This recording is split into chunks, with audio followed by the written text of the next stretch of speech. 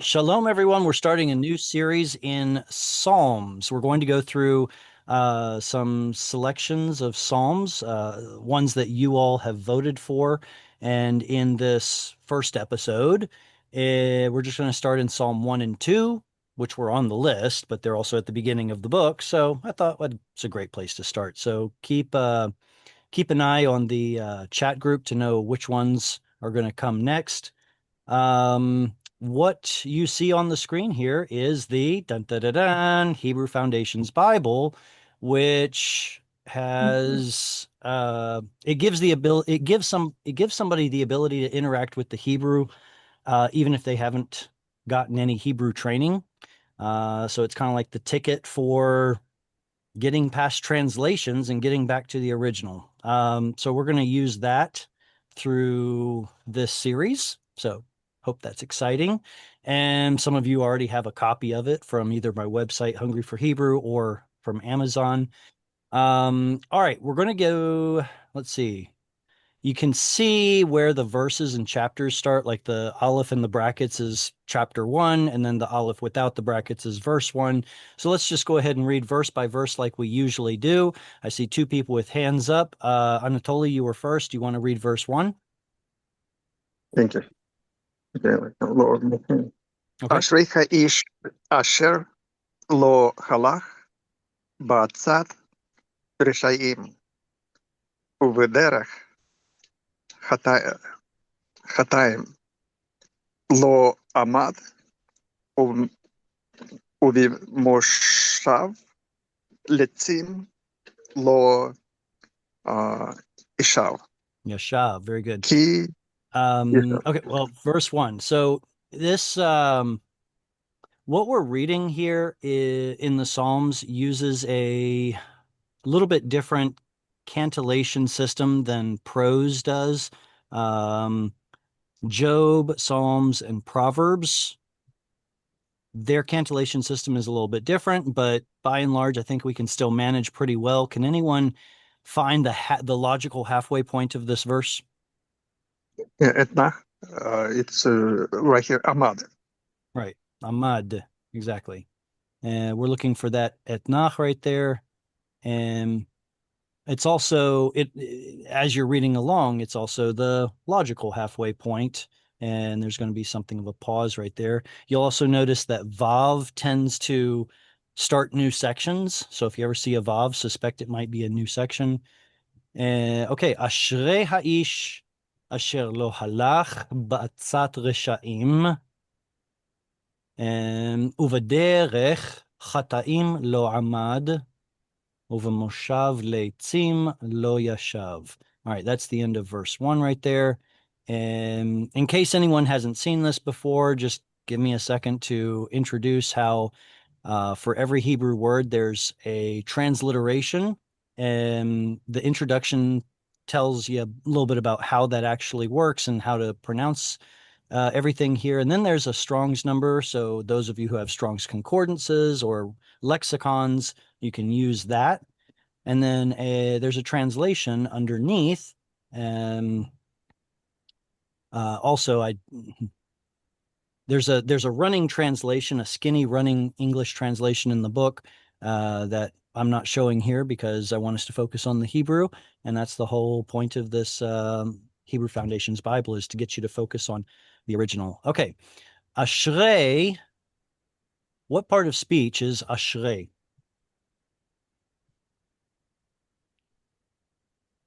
Noun, plural, It a it construct. it certainly looks like it has a construct, a plural construct ending on it. Um, can anyone think of another word that's probably related to this? Yeah, happy, Which one? Osher. happy, Asher. like happy. Oh, I meant in Hebrew. Yeah. So for example, Osher, Osher Participant. is happiness. Also, there was a tribe whose forefather was named Asher. Asher. And all of these have to do with happy, blessed, favor, fortune, something like probably favor. Anyway, Ashrei appears to be a construct plural, and that's hard for us to translate, but the idea is easy enough that something, the man, who, and then describes this man, whoever this hypothetical man is, not walking in the counsel of the wicked or the path of the sinners, does not stand. And so we know this has to do with positive, happy, blessed, etc. So you'll see translations disagree with that, and that's okay. But yeah, definitely looks like a construction. So it may not even be a sentence, really, right? If that's a construct, then where's the verb? I mean, I guess we could say that it's implicit, that it's implied. But the only problem is that if you're going to imply a verb, there should be two things that are being equated with a to be verb. And here there's basically only one. Nevertheless, in English, we need that verb, so it's supplied to make it understandable. And I wonder if it's something like blessings of the man or something like that, or happinesses of the man who, there's the relative particle that tells us more about the thing we just said. Okay, what do you want to tell us about this man? Lo halach. This is a katal verb. And katal verbs usually translate to some kind of a completed action. Do you suppose we should do that here? Blessed is the man who has not walked, right? Or did not walk in the counsel of the wicked. Well, yeah, but it sounds an awful lot like he's making a habit out of it, right? Not just that he hasn't done it in the past, but if he's making a habit out of it, well, then how do we translate that into English? The simple present. He goes to the bus stop every day. He buys a loaf of bread every morning, right? That's the habitual form in English. So you can see the translator puts he walks, not ba'atzat. What is the root of ba'atzat? That's It's a, no, What is it? Yod. it's a, Spell it. I would say I'm guessing ein tzadich he Yeah. that's Anatoly, what what No. did you say? or yod. Yod. Annie. Who is Yod. I say, but not noon. It's yeah, I'm not sure that it's noon. I'm trying to remember whether it's Yod Ein Tzadi, like a Yoetz, a counselor.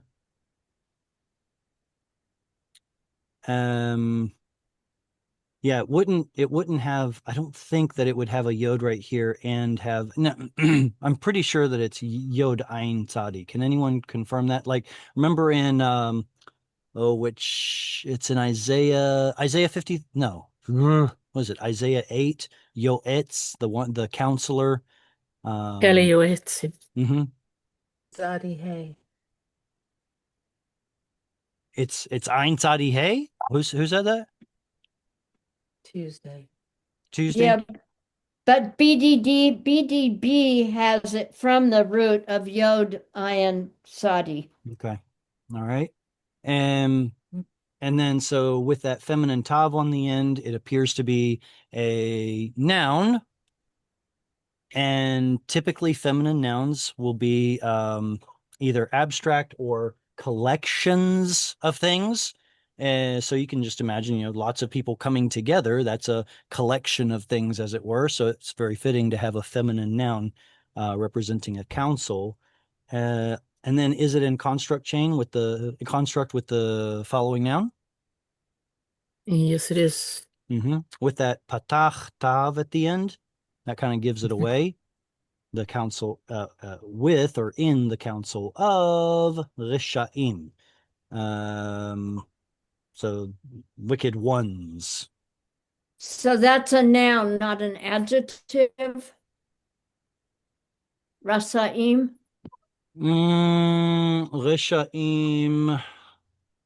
I'm pretty sure it's an adjective. Sha,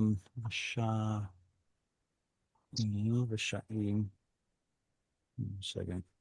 Hang on a second.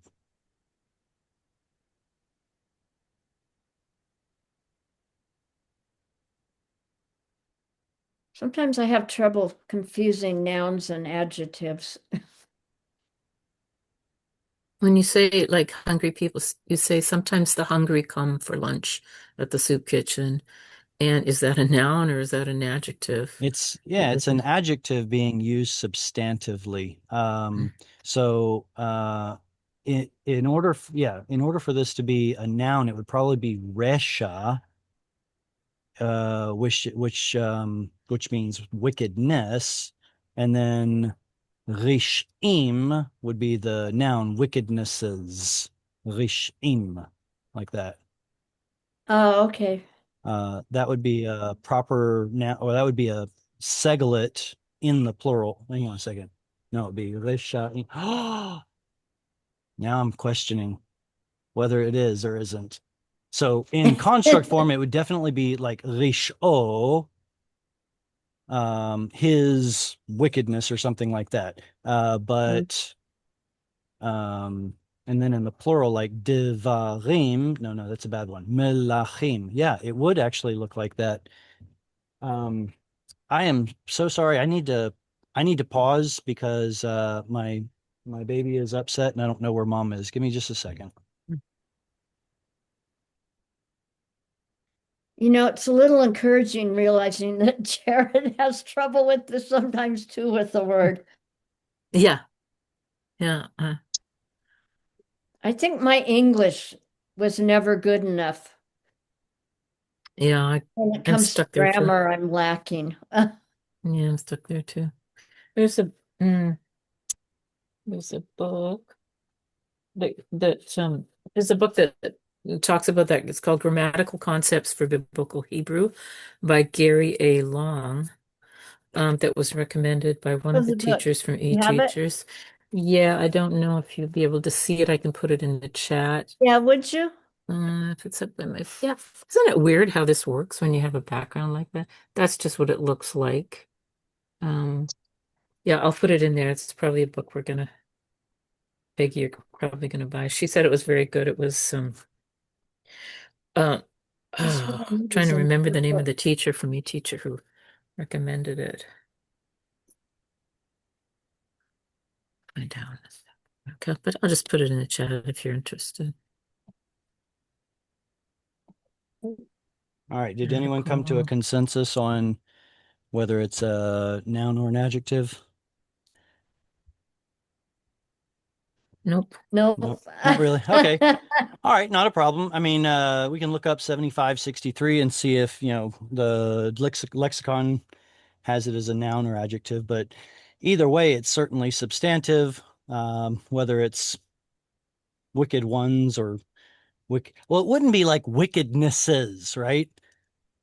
That wouldn't make sense. Anyway, uveder chataim, in the way of the sinners, lo amad. Oh, that's the katal pattern.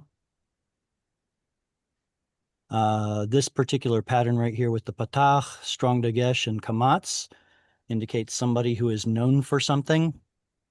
So a chata the chataim would be ones who are known for sinning. Lo amad, he does not, or he did not stand, or he does not stand. What is the root of that word uvamoshav? Yashav. Right, Yeshav. yashav.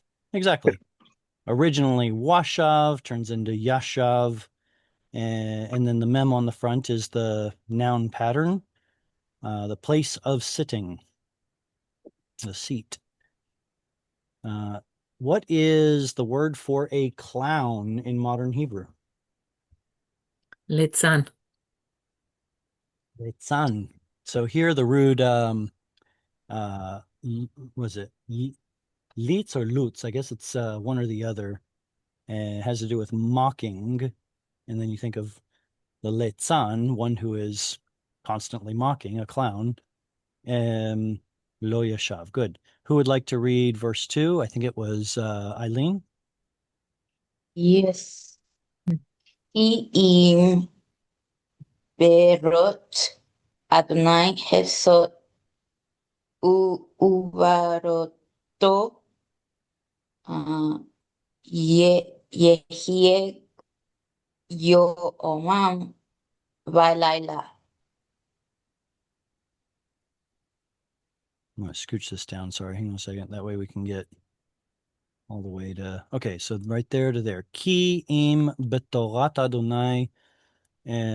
I guess you guys might have noticed that I broke with tradition and didn't translate it as Adonai. Ki im betorat Adonai chefzo uvetorato yehige yomam valayla. Very good.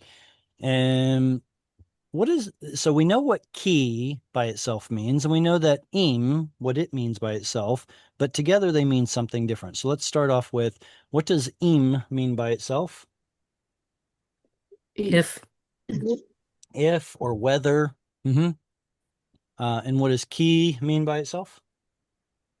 that Or- or because. Because Right, because, since, Therefore. right, and then that in the sense of a content marker. But then when they're together, it's translated more like, but rather, he doesn't do this or this, but rather, betorat Adonai chefzo. And that's a gentle pause, that's a breaker right there. And you can tell from the parallelism, if nothing else. Is this in construct? Yes. Mhm. Yes. Is that also in construct? No. Nope. Nope, it isn't. This is definitely in construct because of the patachtav. And to make this a nominal sentence, we have to equate two different things. So it's going to be this and that. His delight and in the Torah of the Lord are being equated. In the Torah of the Lord is his delight. And then the is supplied. Can I ask a question? Yeah. And the hefso, and also I think that up in the first verse, that little arrow over the het. Excellent. What does that mean? Here it's going to indicate stress for us. But I am not an expert on the cancellation marking system in the books of Emet, the Job, Psalms, and Mhm. Proverbs. Let's see, is someone else here able to elucidate a bit more? But Excuse me. they have given it the stress on the last word in the Chefzo. transliteration. And I Agreed. went to Machon Mamre stuff to listen to his voice and see what he was doing with it. And yeah, it seems to go either way sometimes. I don't know. Really? And Okay. that's because on my little pencil marks, I put that little arrow, so I get myself confused now Right. as to I believe this is called an Ole mark. yeah. In the sense of like Allah, Ole. Let's see, Chefzo, if this were going to be in the prose part of the Bible, then the stress would be over here. Chefetz is penultimate, but excuse me, but Chefzo is going to have final stress. Right, yeah. And that's what it is in the transliteration, so Now, that's why I wondered. what I need to find out is, why do some words have two stress symbols? Because I don't know the answer to that. And which one to trust? That's the thing. Yeah. I guess I would say if you have two different stress symbols and either one could be it, then go find the word somewhere else in the Bible. Mhm. Uvetorato. How do we know that this is an audible schwa? Because long preceded. Right. Long vowel preceding. Very good. Vowel. Uvetorato yehge. What is the root of yehge? Hagay? Hey, gimel, missing yod. Good. And why is there a strong dagesh in the gimel? And it's a closed syllable. You're right. It's not a strong And dagesh. so it's yeah. It's a weak Oh, dagesh. Exactly. Look, letter. exactly. Begad kefat letter. There's a silent shva that we always run into these gutturals thinking, oh, something must be going on here. But that's just a plain old guttural hey ending the syllable and then begad kefat starting the next one. So this actually Is that how you fits. pronounced? Is it, do you say yeah? Like Yes, do you, it's supposed to be okay. pronounced yeh ge. So the first one is a consonant, the second one is a vowel. Is it pronounced? In That's a Shwa, different question. Shwa under guttural, this is because of psalm, or it's unusual Shwa under hey. It is unusual, but it's not unheard of for hey, chet, and ayin, and rarely resh, and very, very rarely under aleph. But there are some places where shva shows up under each of these. It's just certainly not the norm.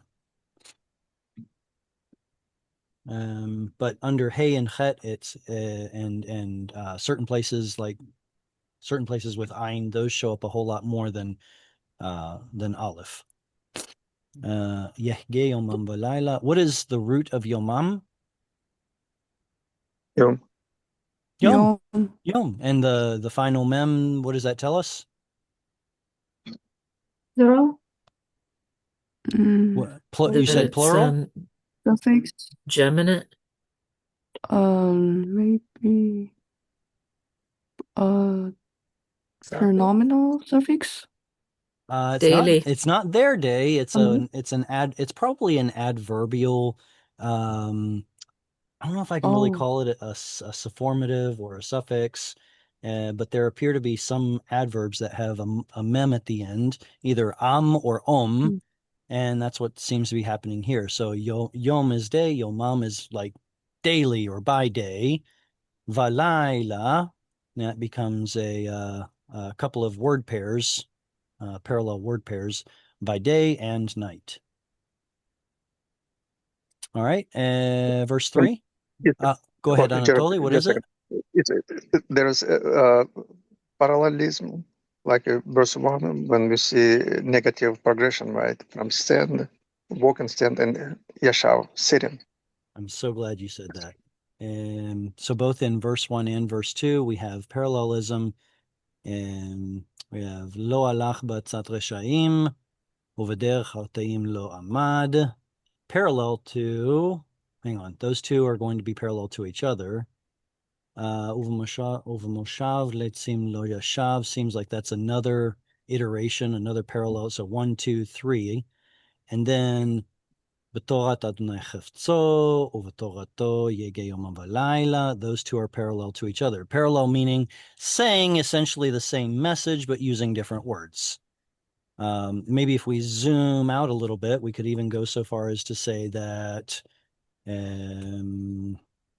those in orange are negative, and this in blue is a positive statement, and that those two sections could be antithetically parallel to each other.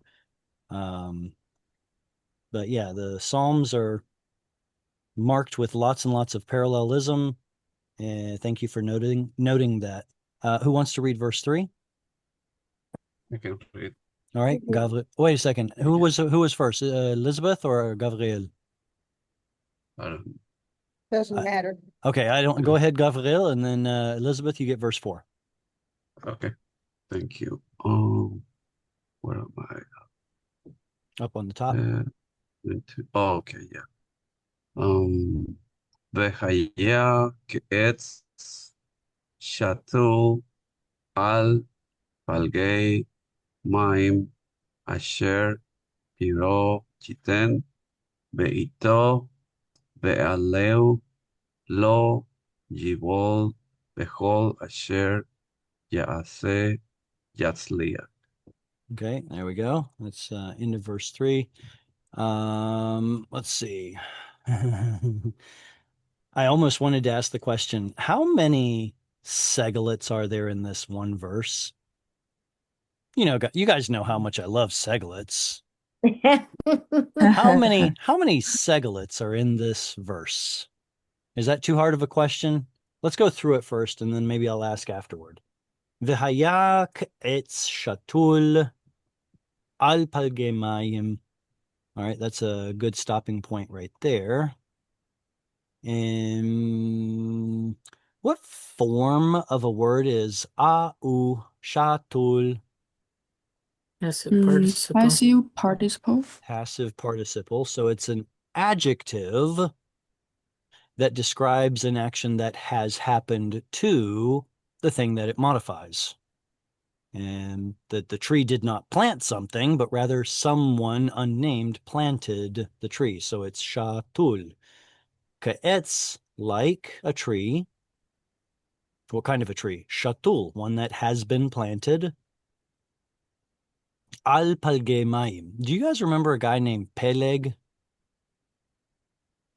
Mm. Soccer player. Yeah. Soccer. No. In the Bible, Somewhere in maybe? the Oh, first that's part of getting. Genesis. Early Genesis? I can't Uh-huh. quite remember. Yeah, early in Genesis, there was a guy named Peleg, and Genesis explains that his name was Peleg, for the earth was divided in his days. Whatever that means. There are various, Was he before the flood? I think he was, wasn't he? no, but after the flood. After the Was it flood. after the Shortly, flood? shortly after the flood. Yeah. The the best theory that I've heard is that after the flood, all the waters that were underneath the continents came out onto the top of the continents. That was the flood. And then as the continents are moving, and then it's called the hydroplate theory. What was his name? Walt Brown expounded on it. But it's essentially that the water that was underneath the continents acted like lubrication for the continents to move away from each other. When they ran out of lubrication, it was almost like a braking action, which caused the continents to fold up like an accordion. Anyway, the point is that the continents raise up, leaving a giant hole for the water to go into, and that's what we call the oceans today. But there was a certain amount of time that took place in order for everything to reach equilibrium. So it's likely that shortly after the flood, there were a lot of land bridges that shortly afterward were lost and covered with water because of the world coming to an equilibrium after the flood. Maybe, I don't know. I wasn't there, but it's a pretty cool theory, but it would help describe what or why or what the Bible means by the land was divided in Peleg's day. And the name Peleg means something like divided, so it's a fitting name. My mouse is But can not Mayim be a working. seglet Can with Mayim an be a seglet? accent? Yeah, Since absolutely. it's not a plural and it's an accent on the first syllable. Yeah, Mayim, I would argue definitely Mayim is a seglet. Absolutely. I am so okay. I'm having technical difficulties, so bummer. So Peleg is a seglet. Mayim is a seglet. Probably Etz is also a seglet. Oh, wow. I can't prove it Mm. because there aren't enough.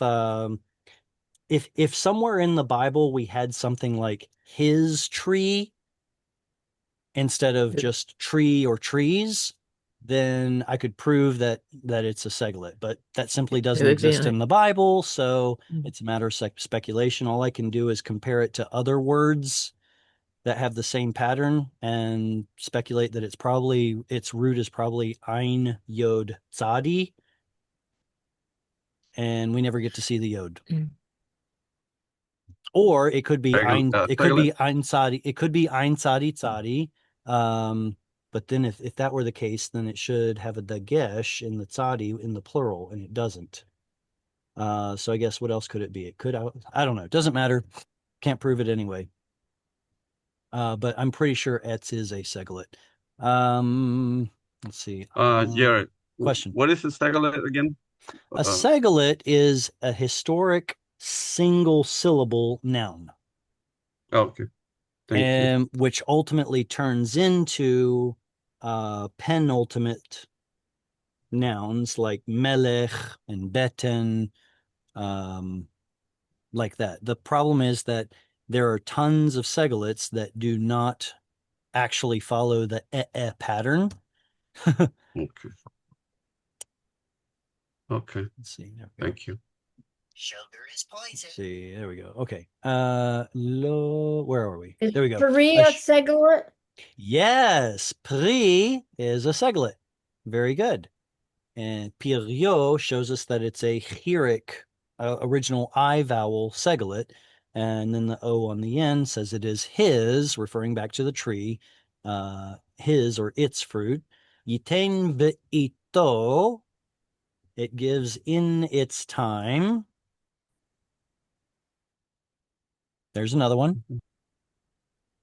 Oh, The root right. is the root is either ein nun tav or ein tav tav, and Aramaic would lead us to believe that it's ein nun tav, but Aramaic also likes to invent nuns, so nobody knows that one either. And ve'alehu, now this is kind of cool. The word for a leaf is an ale, and then usually the suffix for his is just an o. But when the root has a missing yod, that's when ehu is more often used. And ehu is probably a more original form of the pronominal suffix his. Ve'alehu, and his, leaf or leaves, lo yibol. Why is there a strong dagesh there? Noon? Is it poison? It's a missing nun. Mm. Nun bet lamed. Naval. Naval. Very good. Naval. Naval, I thought had to do with either hollow things or folly, right? Like Nabal, Nabal and Abigail. His name appears to have the same root. Anyway, Yibol is just a kal yiktol verb with a missing nun. V'chol asher yaseh yatzliach, and all, another seglet, which yaseh, he does, yatzliach. What binyan is yatzliach? He feel. We feel. Yeah. He feel, because of the patach and because of the chirik yod. Eric. Yatzliach, it succeeds. All right, let's see. Elizabeth, you're up for verse 4, is that right? Locain, Harashi, Harshaim, Kiim, Chamots, Asher, Tidfenu,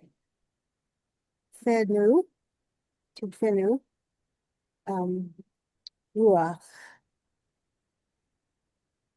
Very good. Tiddefenu ruach. So we're going to have to spend a little bit of time on that one.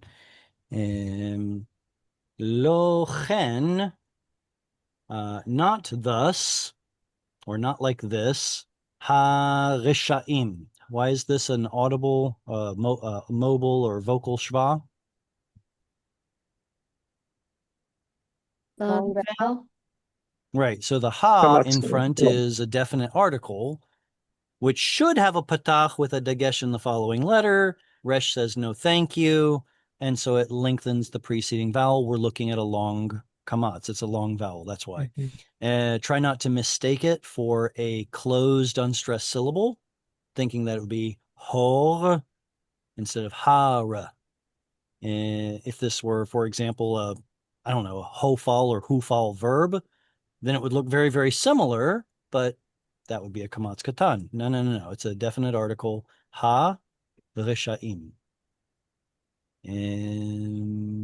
Lo chen ha-reshaim. So the reshaim, the wicked, are not like this. Not everything that they do succeeds.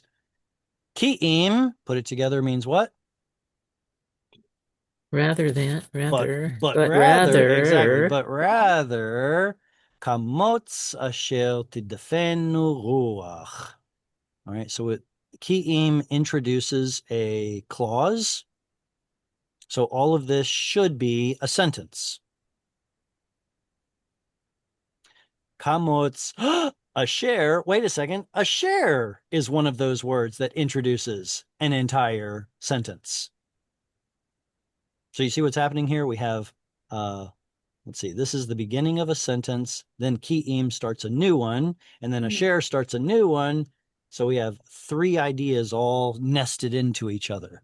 Not like this are the wicked, but rather, here comes a new thought, kamotz, like chaff.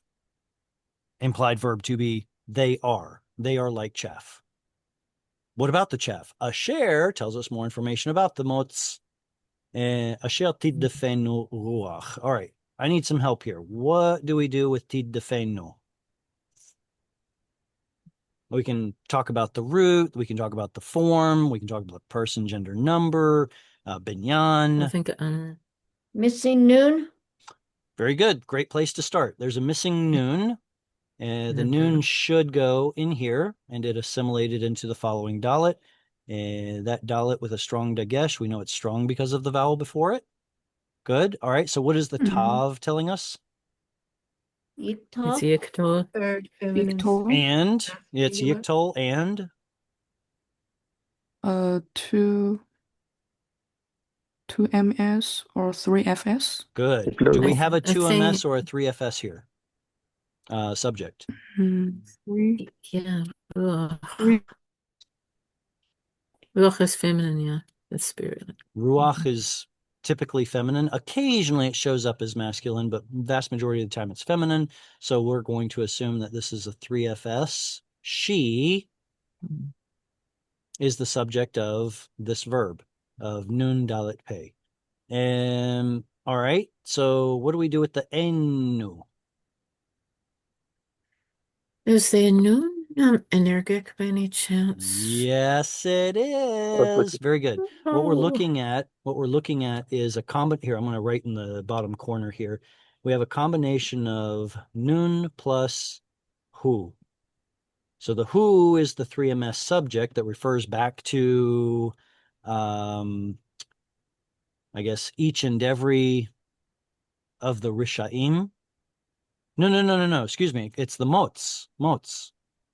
Right? We're talking about the motes, and then we're giving extra information about the motes. There we go. So it's the chaff, which she, the wind, nadaf, drives. Energic noon, maybe add the word certainly or something like that, drives him.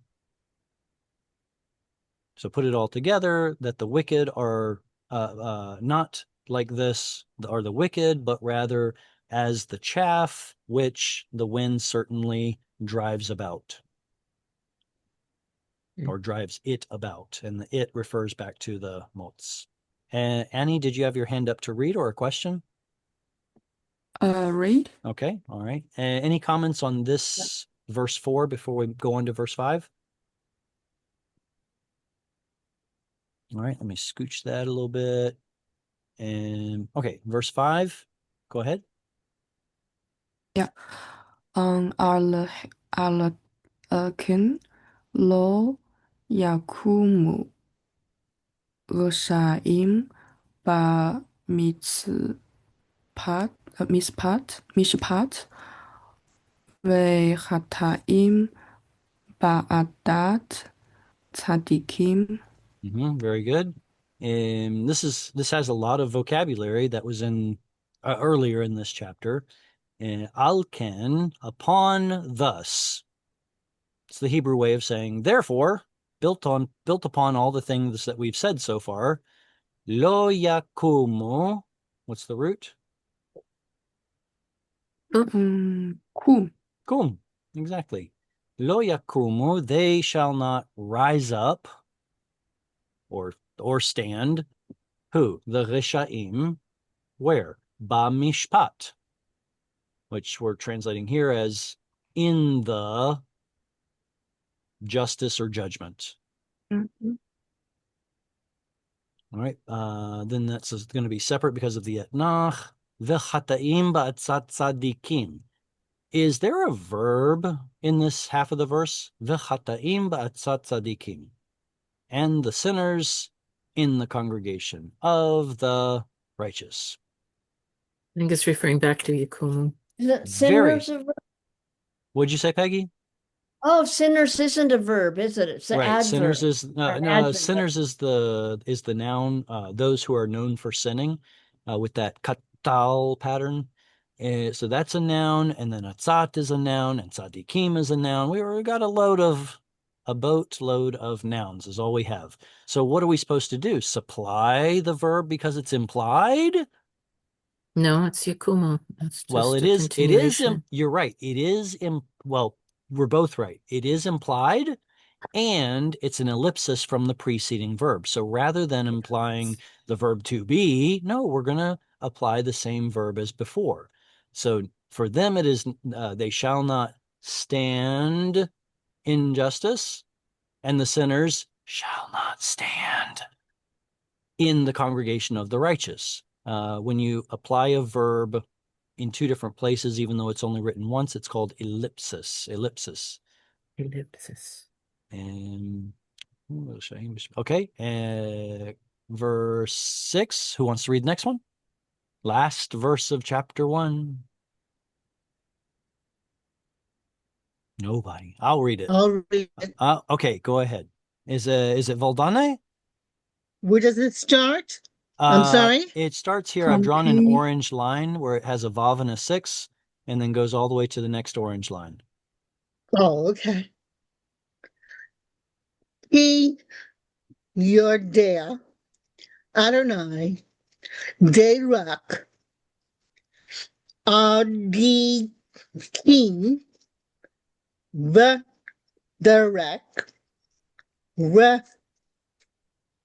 Shaim, Tol, Ned, Perfect. Ved. Perfect. Toved. Ki yodea Adonai derech tzadikim v'derech reshaim toved. So this also is parallelism. Where's the dividing line between the two parts of parallelism in this verse 6?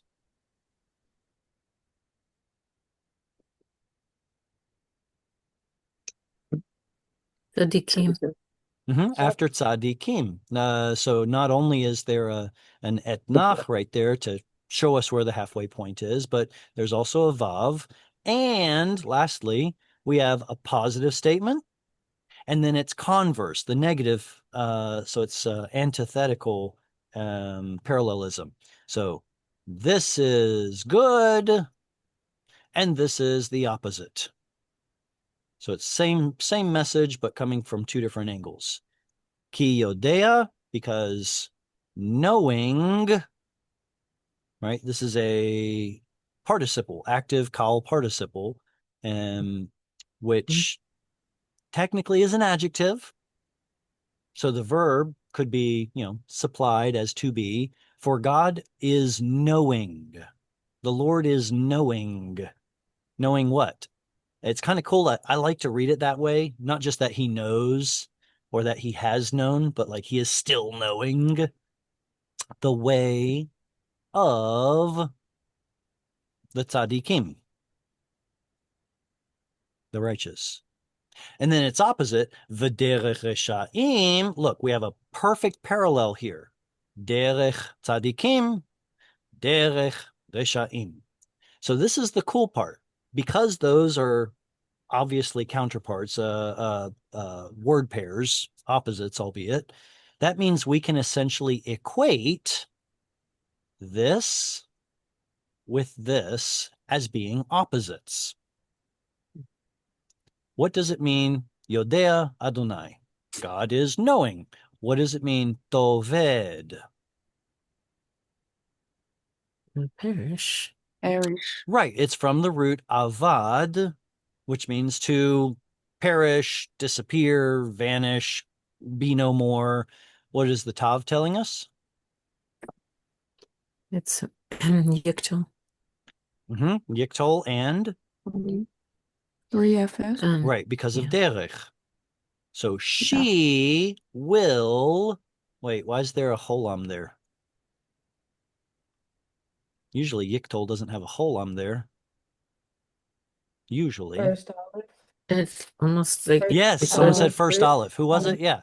First, the so-called pei Aleph verbs that have an O in Yiktol. That's like Vayomer, Vayochal, Vayochaz. What are the other ones? Vayofe and Ohe- Vayochal, right?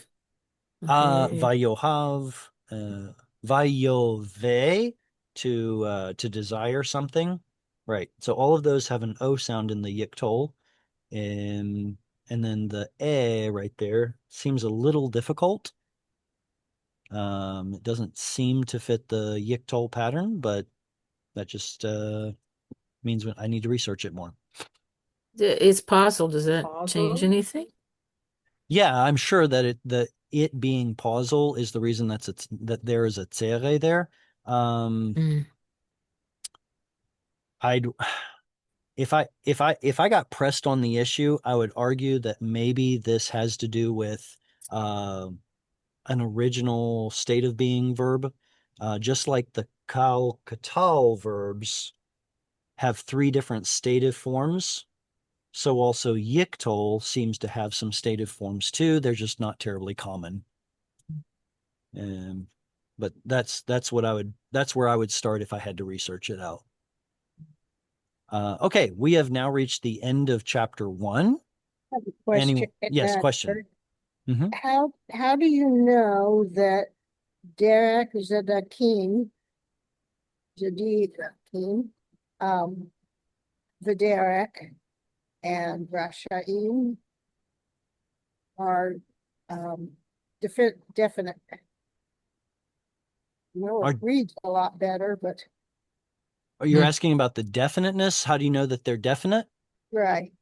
Okay, great question. I'm glad you brought it up. The Psalms do not seem to follow the same rules that prose follows.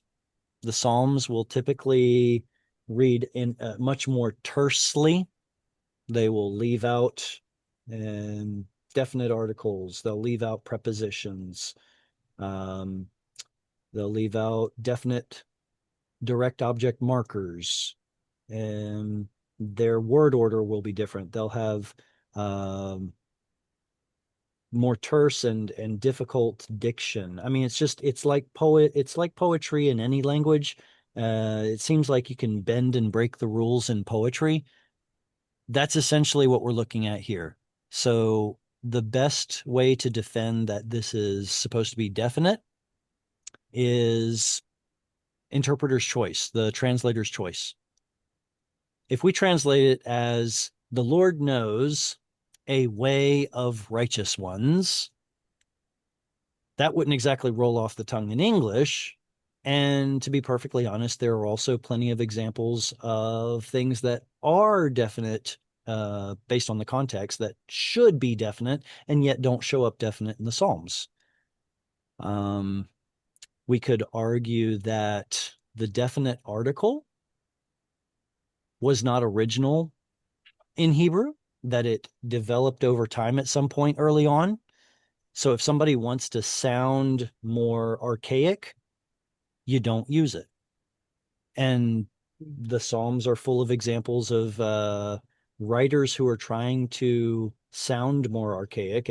They're trying to make their psalm sound like it's much older than it actually is. You know, like if I were to write a poem in Shakespearean or Elizabethan English, but I'm from the 21st century.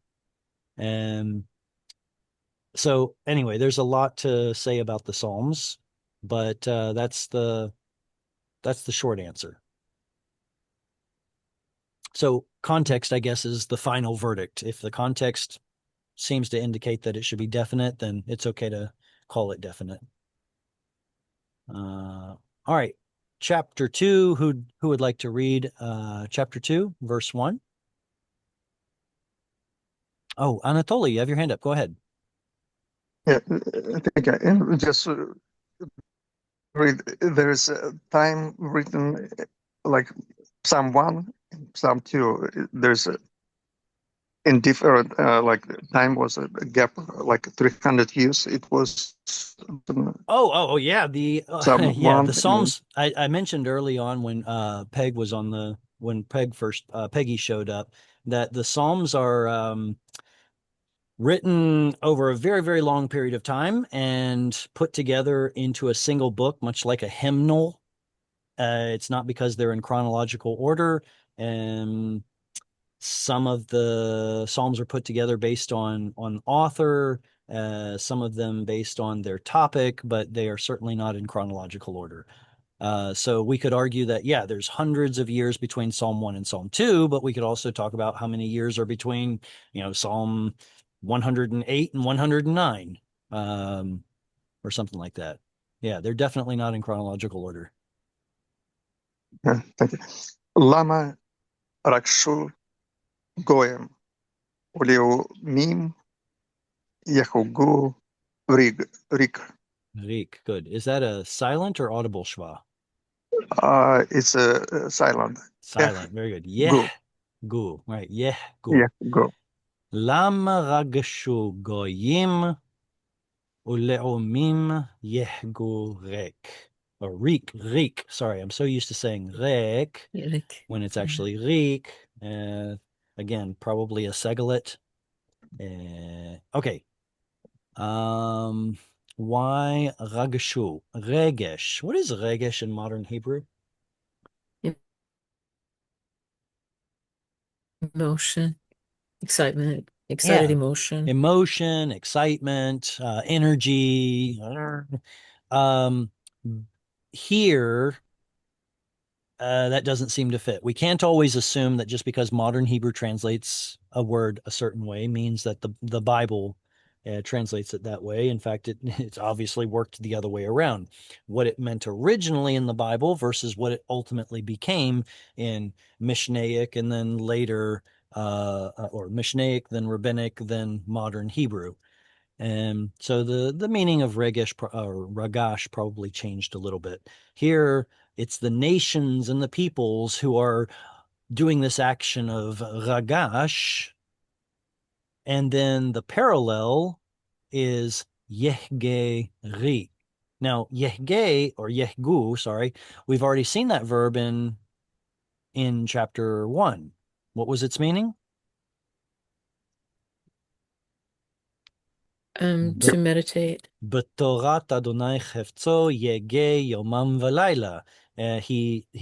His desire is in the Torah of the Lord. He meditates on it day and night. So this is translated as meditating in the previous psalm. So what is it that the leomim, the peoples, the nations, are meditating on?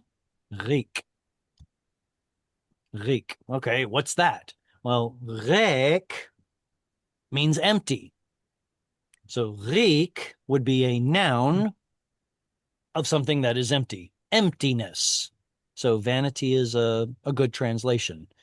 They contemplate on emptiness. So now we can look at this part of the verse as parallel to this part of the verse. Why do the nations ragashu and the peoples meditate on emptiness?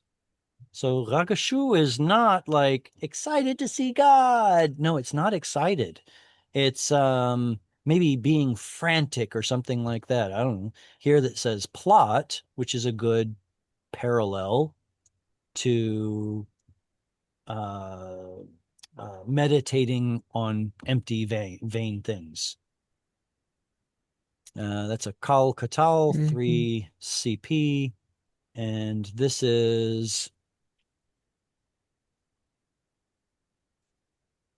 Yiktol Kal Yiktol 3 MP.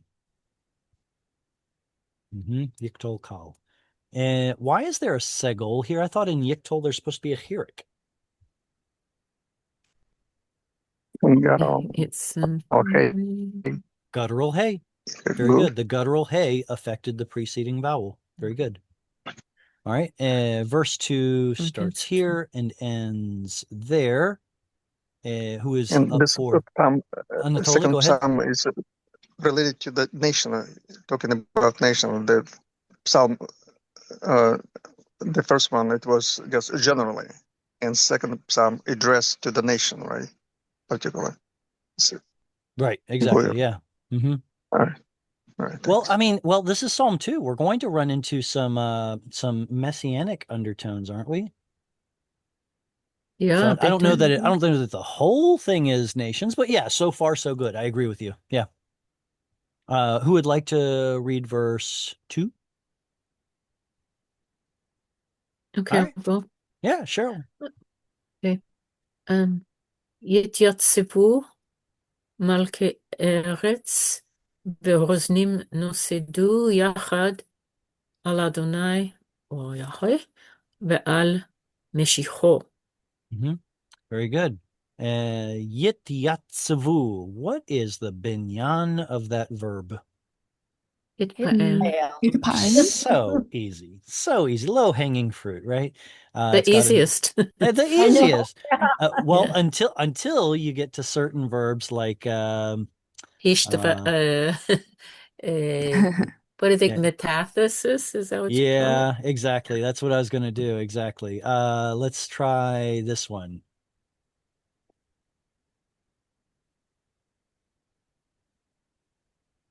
Can I fit it? Itzterach. There. Itzterach. Ta- Itzterach. It's ta. It's Tanekna. All right. My writing isn't perfect. My apologies. This is supposed to be Titztarechna. Titztarechna. And if we didn't know that we were talking about Hitpael and I slapped that big ugly word Yeah. on the screen and I said, "What binyan is it?" You'd say, "You're Yeah. crazy. What are you talking about? It doesn't match any of the patterns that I know." Too many letters. There's too much and going on. the ta became a tet.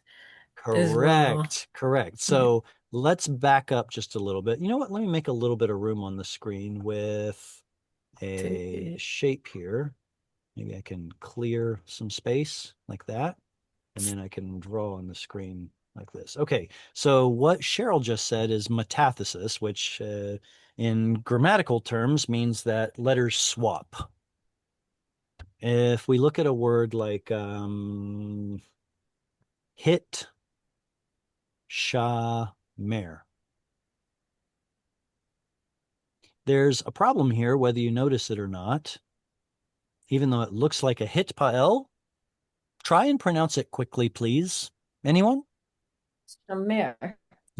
I'm sorry, I didn't hear the T. Could you say it again? That's the point, is because right, because the tav, let me word this a little bit differently. The sheen, the letter sheen, used to be pronounced a little bit differently than it is today.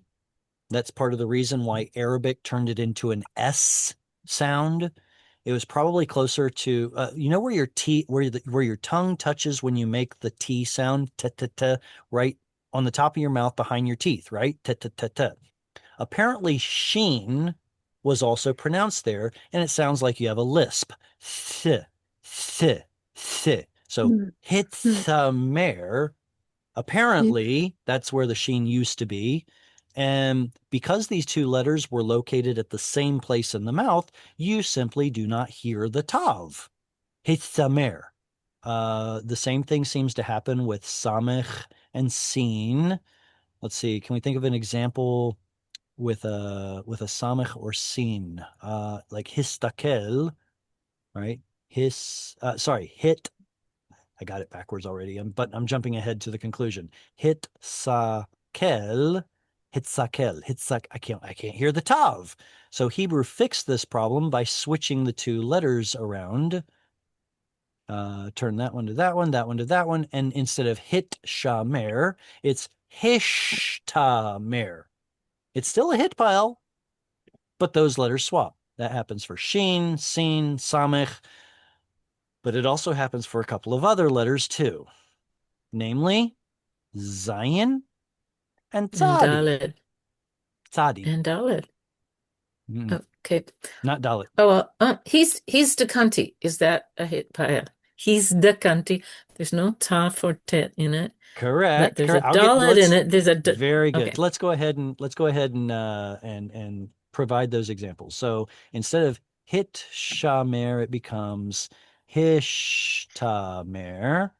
There we go. Instead of hit sakel, it becomes histakel. That's with a cough, isn't it?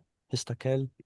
Instead of hit zaken, we would have expected his taken, but the problem is that Zain is vocal. Your voice already has a certain amount of momentum because it's vocalized, so it turns ta-ta-ta into da-da-da. The tav becomes the dalit. His da ken. Something similar happens with the letters, with the letter tzadi. Tzadi is originally pronounced more like a tho, tho. It's a very sharp S sound with an emphatic at the end. That being the case, it turns, let's see, what's the word I was using earlier? Hits.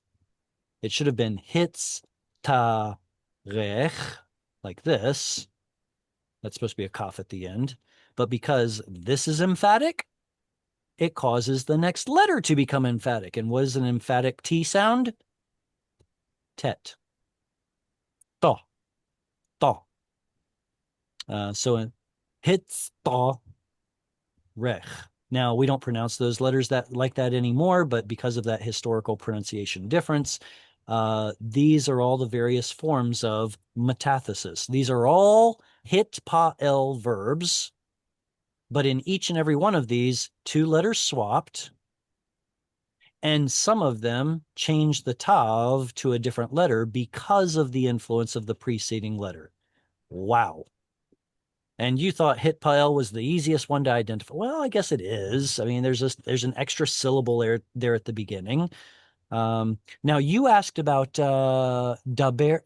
No, you didn't. But when you asked about his daken, it made me think of something else.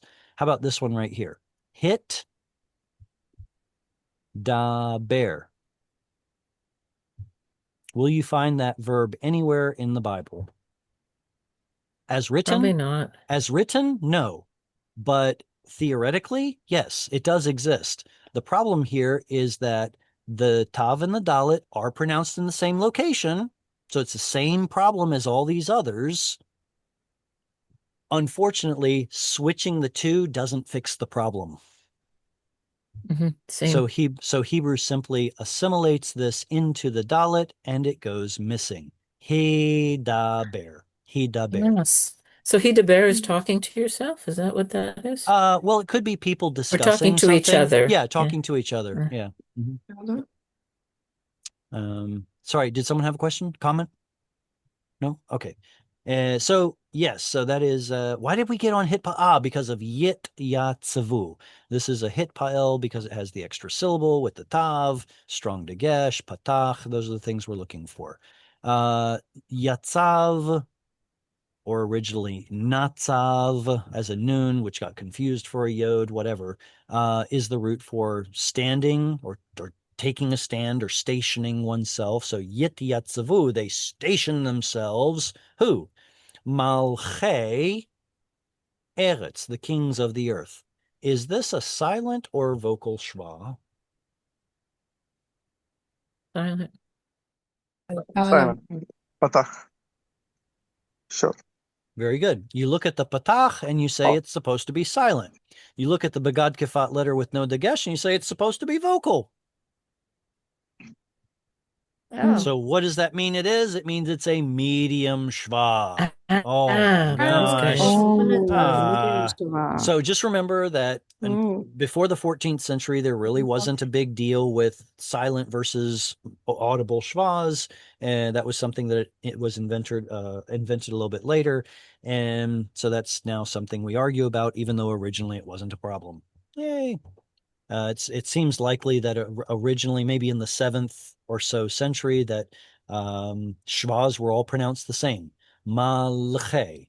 It's kind of like a very, very hasty vowel, malche.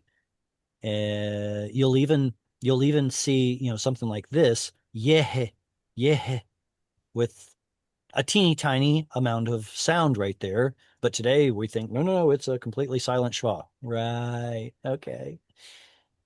Go back to the 7th century, it's probably a little different. Where were we? Malcheha Eretz, the kings of the earth, are taking a stand. Veroznim. Does anybody know what the word roznim means? Nope. All This you whole have to song do, lost me for all- vocabulary.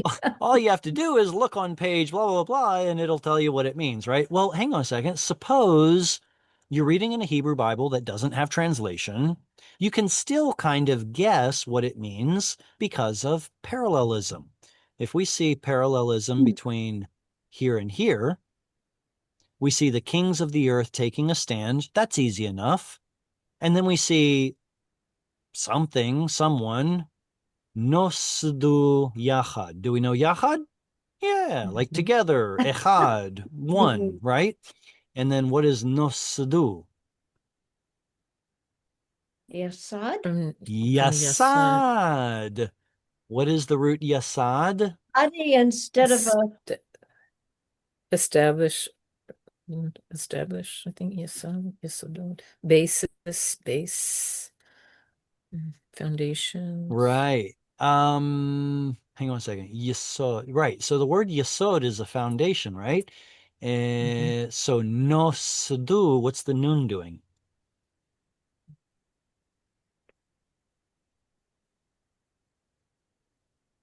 Nifal. Nifal, right? Because the nun is there, we get the original vav instead of the yod. Instead of the yod samech dalet, it becomes vav samech dalet. Nun of nifal tends to do that. So we're going to look at it as passive or possibly reflexive of founding. They founded themselves. They stationed themselves, right? So that would be parallel with Yityatzavu.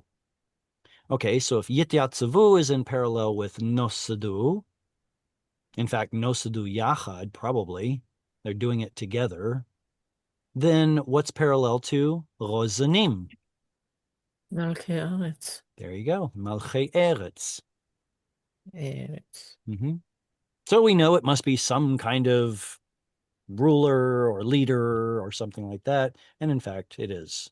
Rozanim it's another name for rulers. Al So Adonai. can Yeah, you just tell me, so Nosadu is what that would be, binyan? it would It's a be, nifal. it would be Katal Nifal 3 CP. Katab. Okay. Katal because of the u suffix, Nifal because of the nun, and the u also says that it's 3 CP. Okay. From the root original vav samech dalet. Thank you. Okay. If anybody flipped their Hebrew Foundations Bible over to the Hebrew side, what is it called? Mikra Mikra Yesodot. Hayesodot. Very good. It's the foundations. holy writ of foundations. Yeah. Mikra. What is is- Mikra? Something to do with reading, Yeah. or origins, like Mikra. Mikra would mean the thing that is read. Mikra. In fact, it's the same root from the word Quran, like the Quran. It's the thing that is read. But in Hebrew, the holy scriptures are called Mikra. Oh, have you ever heard of Mikraot Gedolot? Let's see. Do I have one? Well, probably not readily available. Ooh, that's an old one right there. That's my new one. Mikraot Gedolot is also called in English the Rabbinic Bible, and it's called the Big Scriptures. because it has all of the rabbinic commentary listed around it. Mikraot Gedolot. It's a pretty cool compendium. And where were we? Al Adonai va'al Meshicho. All right, so we've got two prepositional phrases kind of tacked on to the end of these two ideas. The kings of the earth are stationing themselves. The princes or rulers are founding themselves together. Al Adonai va'al Meshicho. Okay, are these two parallel? I would say so. Absolutely. Why not? God operates in this world through agents. Now, in the days of the Psalter, who is Mashiach? Right? This is the word Mashiach with an O on the end. Well, let's start with a simple question. To whom does the O refer? Is Yes. Him. His, explicitly. anointed. God's anointed. Explicitly, it's referring back to the Lord. His, the Lord's Mashiach or Mashiach. Anointed one. If you say anointed one, it is a king. Also, it could There refer you to go. David. There you Yes, go. they That's it. anoint- So they are they are stationing themselves against the Lord and against his anointed one, meaning king. Whether it's David or someone else, it's one of the Davidic kings. Technically, priests are also anointed, and in one place, even a prophet is called is anointed. So it's kind of cool to see in the Tanakh that the three kinds of people that are anointed, king, priest, and prophet, that the messianic expectation comes to see all three of those in the messianic figure. Yeah. Kind of cool. But yeah, most likely the what the audience would have understood from Mashiach, it's referring to the king, probably king of Israel. Yeah. All right, verse 3. We'll read. All right, go ahead. Oh, Tuesday, go ahead. Dinatika et moserotemo vinashliha minenu avotemo. Very good. What's the root of that first verb?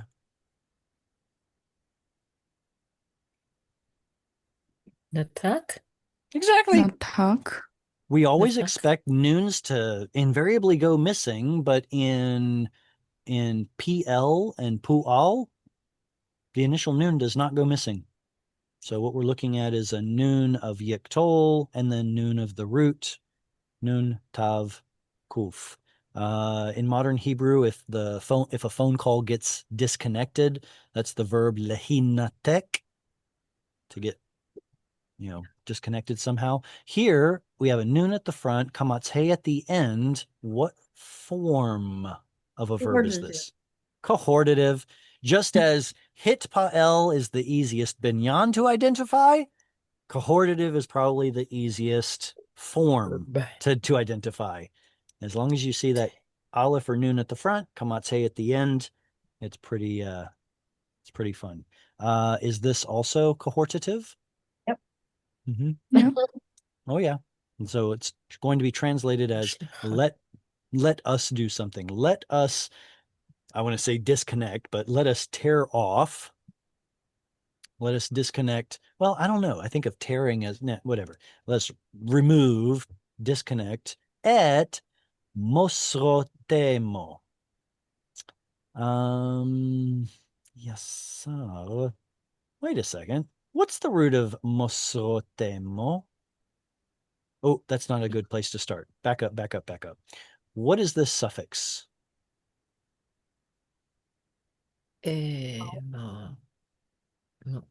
There. Yeah. So this Or is his or there. very good. This Plural. is an uncommon, usually archaic form of the suffix theirs, or referring to them. Usually it should be or ahem, but this older form emo or emu, they are more archaic. Okay. Then what is the oat? Oh, that's The plural female thing. Plural. So we've got the word probably the word mosal, I assume. Musa, Mosal. imprisoned or something to do with imprisoning or binding. So yes, mosal. Musa.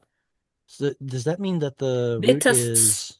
So, I don't know if that's the same. It looks like the root should be original vav or Resh? yod samich resh. Like yasa, Yasav. vasa. So then the mem here is turning it into a noun, some kind of a apparatus, tool, instrument, weapon, something like that. So a mosal is the thing that causes you to be bound. Fetters. What are fetters? It's not a normal English word. Hmm? Paul and Silas. Right. Yeah, like well, hang on. Would the fetters be just like chains mounted to the wall, or would fetters be like the ball and chain? The stocks, I think it does. Is it a generic thing? Like that's something that fetters you? Like Yeah. Okay, fair enough. Keeps you Yeah, from moving? exactly. So whatever that is, it keeps you from moving. Very good. So those are the things that we are going to tear off. V'nashlicha mimenu avotemo. And let us throw or cast from either him or us, in this case, us, because it's first person common, let us throw from ourselves avotemo.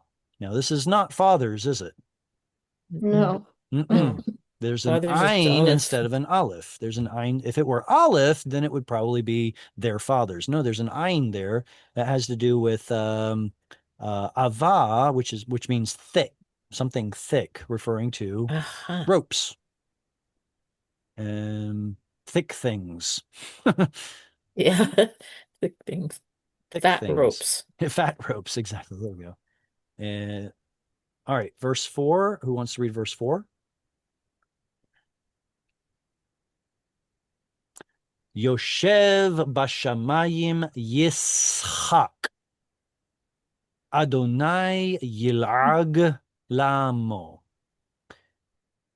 Okay, so this what we read in verse 3 is what I guess the kings and the rulers are saying about themselves. We're going to remove ourselves from the fetter. We're going to tear away the fetters and cast off their ropes. Whereas God's like, yeah, no, that's not going to happen. So what is he doing? Yoshev, he's sitting. Bashamayim, in the heavens.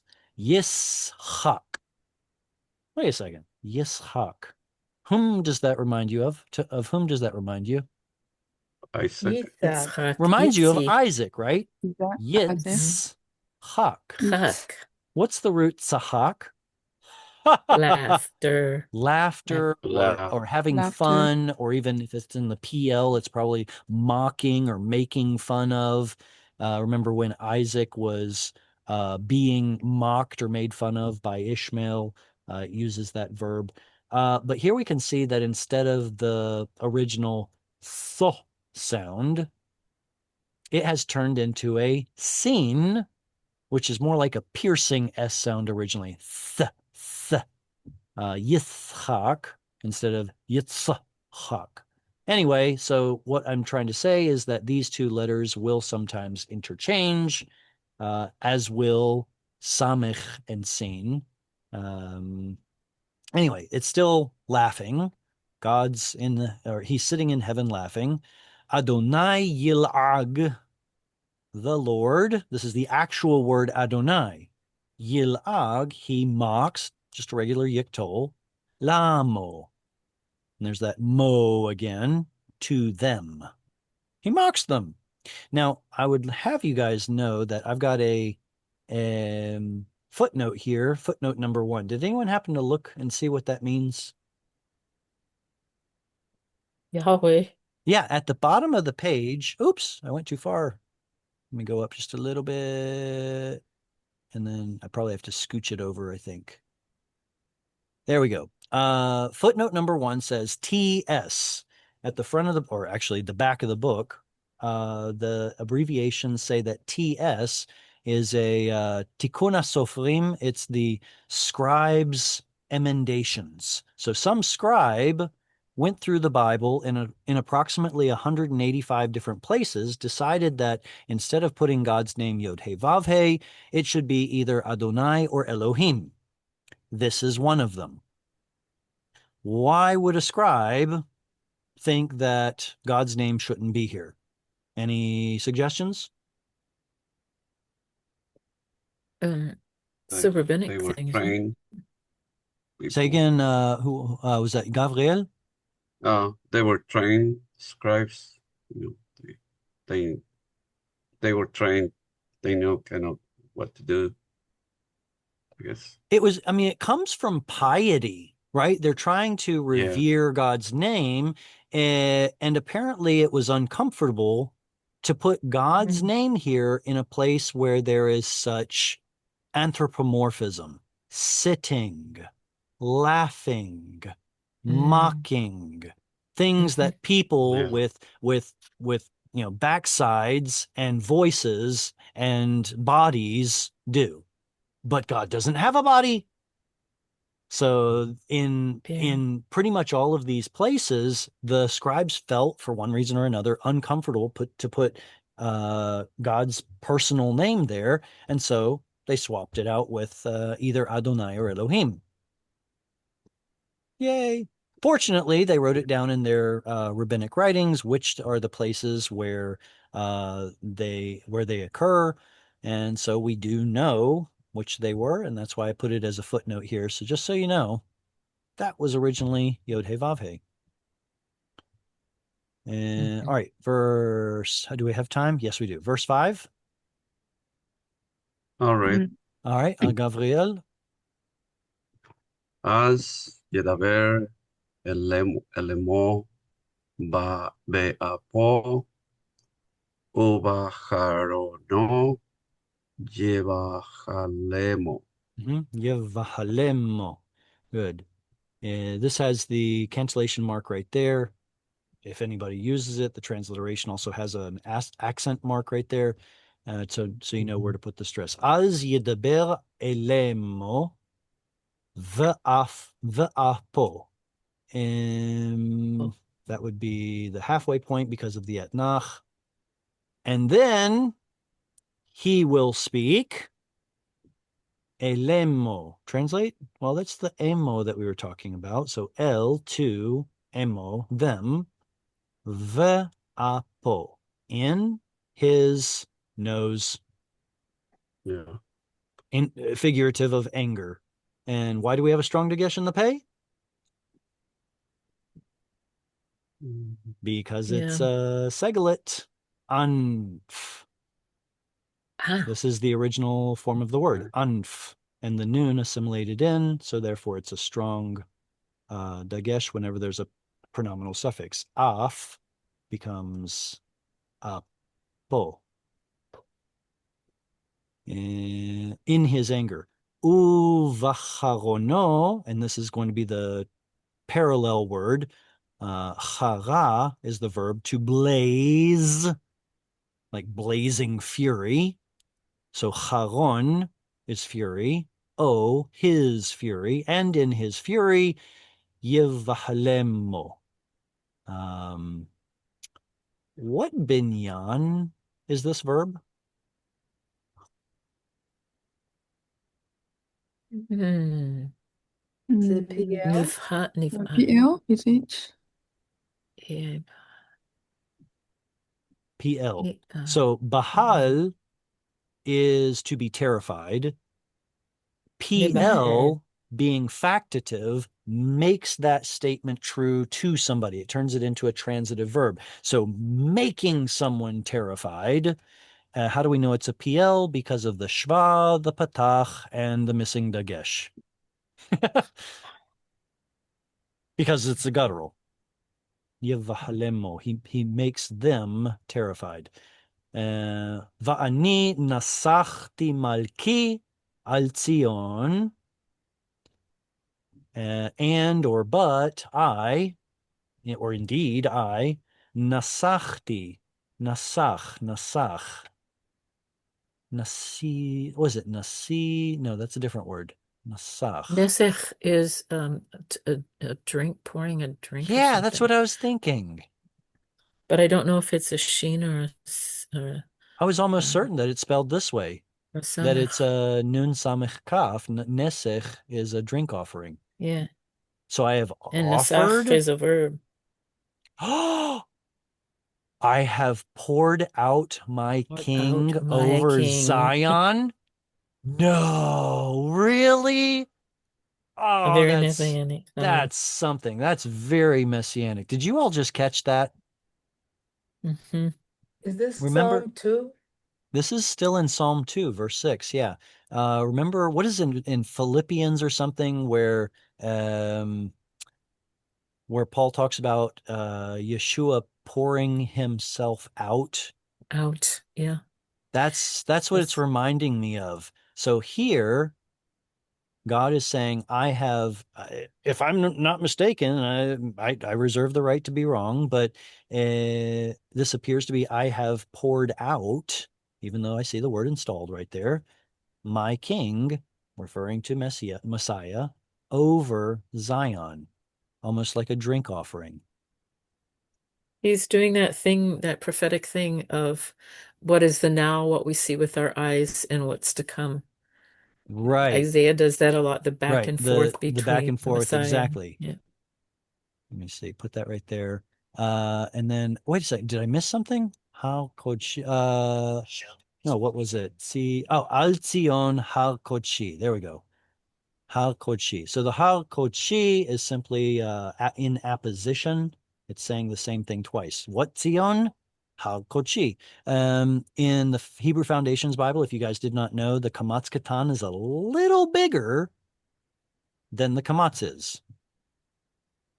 Just a little bigger. But then again, the transliteration also has an O vowel, just to let you know whenever it's a Kamatz Katan. And so it's a lot harder to miss those pesky vowels.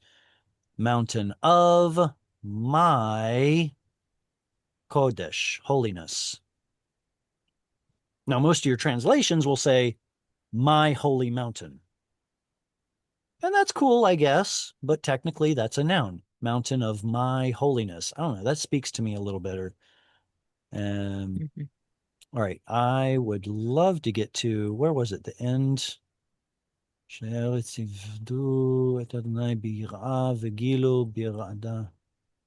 Oh, right. Nashku or Nashaku var.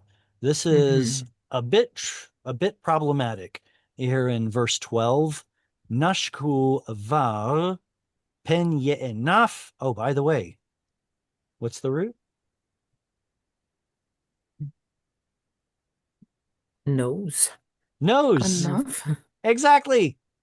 Mm. There's the missing noon in the word af. It's here, it shows up in this verb. Anyway, it has to do with anger, fury, or figuratively nose. And this is translated as kiss the sun, like show reverence the sun. There's a problem with this. Is this Aramaic? Yeah, this is Aramaic, and it does not belong here. This is not an Aramaic period, according to the experts who know this stuff.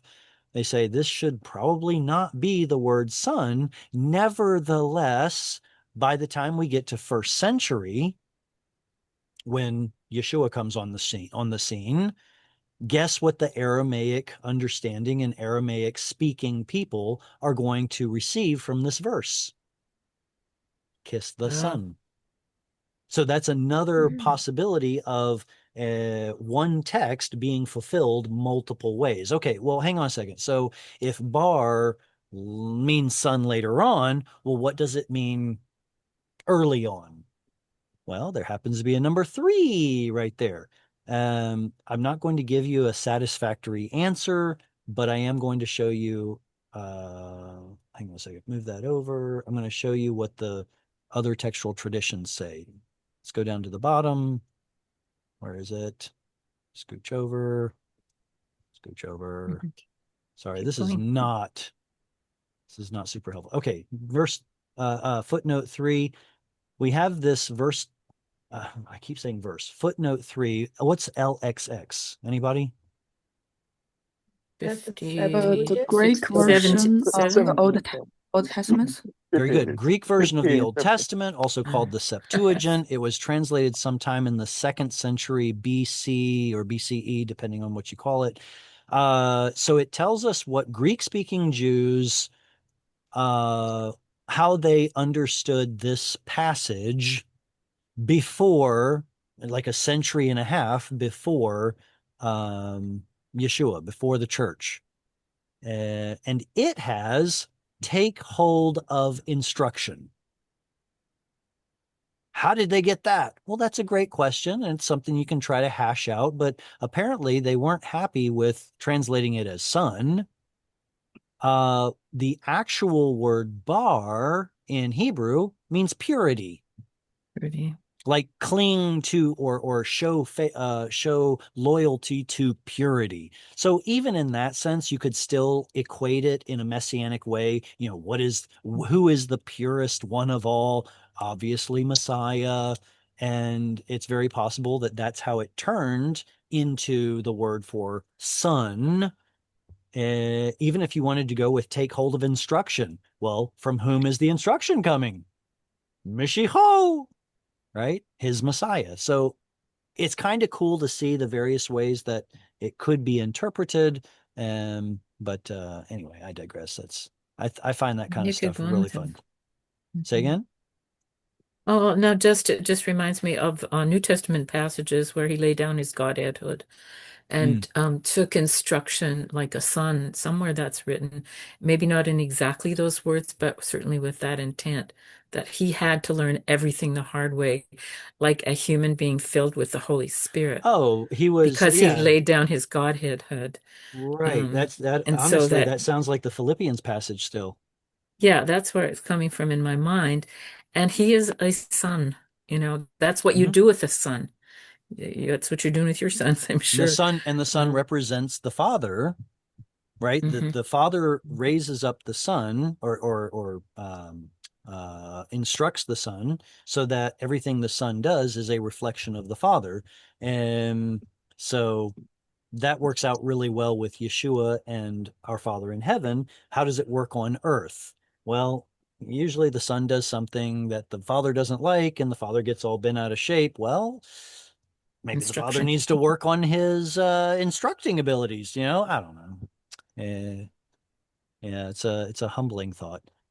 Let's see. Was there anything else before we close out? I'm going to call that good. We're already out of time. Thank you guys so much for coming. I'll send out a message on Telegram and WhatsApp about which psalm or psalms that we'll be reading next week. But hope you guys had a little bit of fun with this. And try and read the psalms ahead of time, but if I don't get the note out soon enough, then how could you, right? In order to bring some insight of your own. And I had a lot of fun with this. Thanks, guys. Yeah. Look forward to It's a lot Us of look too. forward to doing it again Us next too. week. Thank you. Lehitraot. Shalom. Thank you. late road. Lehitraot. Bye. Shalom. Hello.